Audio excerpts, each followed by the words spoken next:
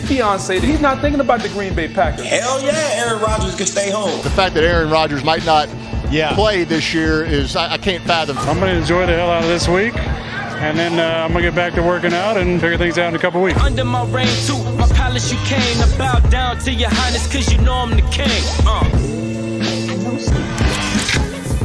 I like this, Aaron Rodgers. Marcus Spears was watching our convo on the latest with Rodgers and the Packers yesterday, tweeting this to First Take. Me and Perk was too much today, huh? Too much for one day. Well, Marcus, you know, we saw that you missed us, so please know you I never have the invite. Molly, I never thought I'd see the day when Max Kellerman and Stephen A. was too afraid to debate the two country boys on TV. I never thought I'd see the day. But that's the vibe I got yesterday when they were having the conversation with Big Perk. And I must admit, I was a bit jealous because I was like, I've never known them to run from a fight. I'm confused. You said two big country boys and you and Perk, but acknowledge that Perk was on the segment with us. So there was really one country boy that was missing from the argument. And I'm trying to figure out where in God's name do you get the notion that we were afraid just because you were in some damn dashiki looking shirt yesterday and you didn't feel like you know. What was his shirt yesterday? I don't know what the hell he was wearing yesterday. I'm just saying, how do you deduce that we're scared the florals to have you on when Kendrick Perkins was on with us already? I would like to know that also. Because you didn't want a double dose of that smoke. That's what you didn't want. I watched Perk get on here and make all of y'all dance around all of y'all opinions about the Bucks and Batman and Middleton. And then you actually had the however you say it, the gall audacity to talk about the Cowboys and not bring me on yesterday because you were scared. I'm here today. Let's go. Of a cowboy. I'm scared of a cowboy. That's funny. That's funny. That's funny. Deep down in your heart, y'all. Whatever. Please. Come on, Molly. Let's go. Do your job, Molly. I'm sorry. Okay. Boy, barking orders at Molly, telling us we're scared. He's on one today, boy. What happened to those good vibes, right? Right out the window. Okay, Marcus. Oh, my goodness. Please. Men. Marcus, what is the ripple effect of Rodgers leaving Green Bay? If he does, Molly, obviously. we've been having this conversation about Aaron Rodgers, and it got me to thinking, like, you know, this is a window that's going to close, and Max and Stephen A. always talking about basketball, and we look at the moves that are being made and how teams are positioning themselves for championships. And I start thinking about this is not only just about Aaron Rodgers for the Green Bay Packers. This is about Devontae. This is about Bakhtiari. This is about their stars who don't have contracts right now, and they're in some cap problems to try to keep all of these guys. But when you lose Aaron Rodgers, you not only most likely lose those guys because they want to win a championship, you lose guys that Aaron Rodgers would have brought to Green Bay. And I think about LeBron when he went back to Cleveland. It wasn't people busting the dough down to go play for the Cleveland Cavaliers. But when LeBron returned, people saw their window open. This is an opportunity to get a championship. And you saw the players that started to flock to play with him. Aaron Rodgers leaving Green Bay or having this rift between Green Bay, which is why I believe they need to rip the Band-Aid off now and get started on their next window. Start determining how they're going to build a team to be a championship caliber team. Because this Aaron Rodgers thing is going to be bigger than just Aaron Rodgers departing from the Green Bay Packers. Yeah, it is going to be bigger than Aaron Rodgers because Aaron Rodgers is that large and he'll have that kind of profound impact in the event that he doesn't end up remaining a Green Bay Packer, which I sincerely hope will happen.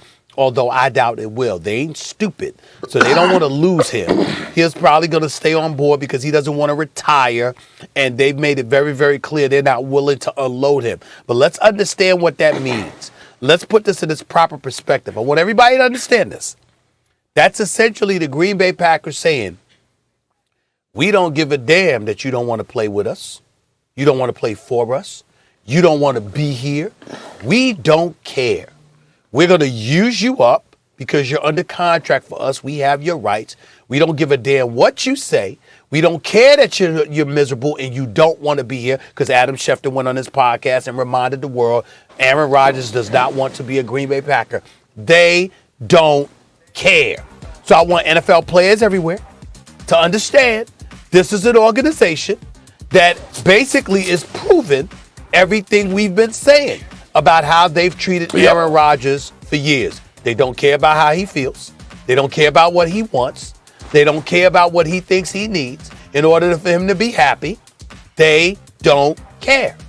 That's the bottom line, and that's what everybody should remember. And I hope all the players are paying attention to this when it comes to playing for the Green Bay Packers under Mark Murphy and Brian Gutekunst. Clearly, they don't care.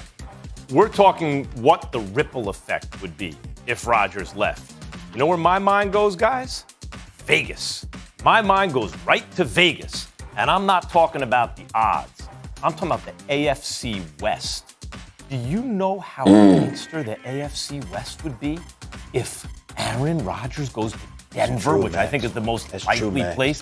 Think about this for a second. Yeah. You could argue Mahomes, the three most talented quarterbacks in the NFL, Mahomes, Rodgers, and Justin Herbert in the same division? Good luck, Gruden. Good luck, Vegas Raiders. That would be so brutal. Could you imagine? Mahomes, Rodgers, and Herbert got to play each other twice a year? There would be a petition to get rid of the Denver Broncos from the division. Well, go ahead. I mean, right, and that's the other thing. Denver is a hell of a team if they had a quarterback. And they wouldn't just have a quarterback, they'd have Rodgers. The Chiefs are in the Super Bowl every year. I mean, and Justin Herbert, the way he played as a rookie, oh my God. But Max, I think too, man, like we've had this conversation about like how these players are starting to learn and the moves that they're making and how they're being so vocal about how they want their futures to be. And you take Jalen Ramsey, for instance, and how he went about getting out of Jacksonville. And you think about where Jacksonville was prior to that. I think 2 or 3 years prior to that, Jacksonville was in the AFC Championship. Where's Jacksonville now? The ripple effect. And that's why I was thinking about this with Aaron Rodgers. And to your point, Max, like another man's trash is another man's treasure. We hear that all the time. But that don't mean the place that he leaves ain't going to become trash. And Green Bay is going to become trash for a while. If this saga plays out too long, like let's take this scenario. If Green Bay wants to play hardball and they want to continue this, well, we got you under contract, to Stephen A's point, and they going to play this game with Aaron Rodgers, the rest of the league is looking.